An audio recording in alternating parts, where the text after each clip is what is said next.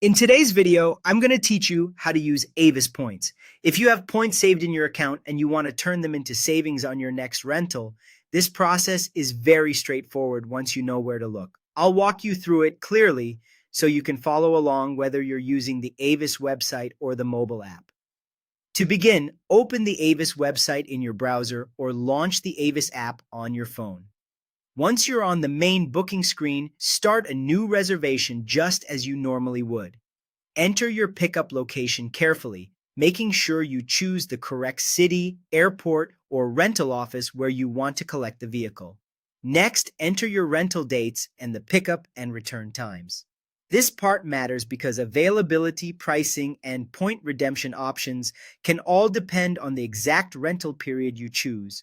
After everything is filled in, click Search Cars to see the available vehicles for your trip. Once the results load, take your time to choose the car that best fits your needs. You might see different categories like compact, standard, SUV, or premium vehicles, so select your rental vehicle based on your budget, space requirements, and travel plans. After you've made your selection, continue to checkout. At the checkout stage, this is where you'll apply your points. Look for an option labeled Use Points or Redeem Points. The wording may vary slightly depending on whether you're on the app or the website, but it should appear somewhere in the payment or pricing section. When you find it, select how many points you want to use.